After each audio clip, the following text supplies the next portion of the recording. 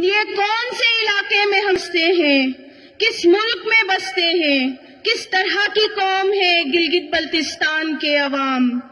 نہ صدر بننے کے لیے اہل، نہ وزیر اعظم بننے کے لیے اہل، سپریم کورٹ کا جج بننے کے لیے نااہل، قومی اسمبلی کا ممبر بننے کے لیے نااہل، سینٹ کا ممبر بننے کے لیے نااہل، تو ہم کس چیز کے لیے اہل ہیں؟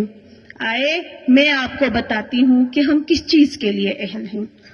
ہم کارگل میں لڑنے کے لیے اہل، ہم فاٹا میں لڑنے کے لیے اہل، ہم پاکستان کے دفاع کے لیے اہل، ہمیں جہاں مروانا ہوتا ہے وہاں کے لیے اہل۔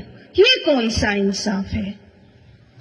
ایک بار پھر میں شہیدوں کو اور اس شہیدوں کی سرزمین میں بسنے والے عوام کو سلام پیش کرتی ہوں۔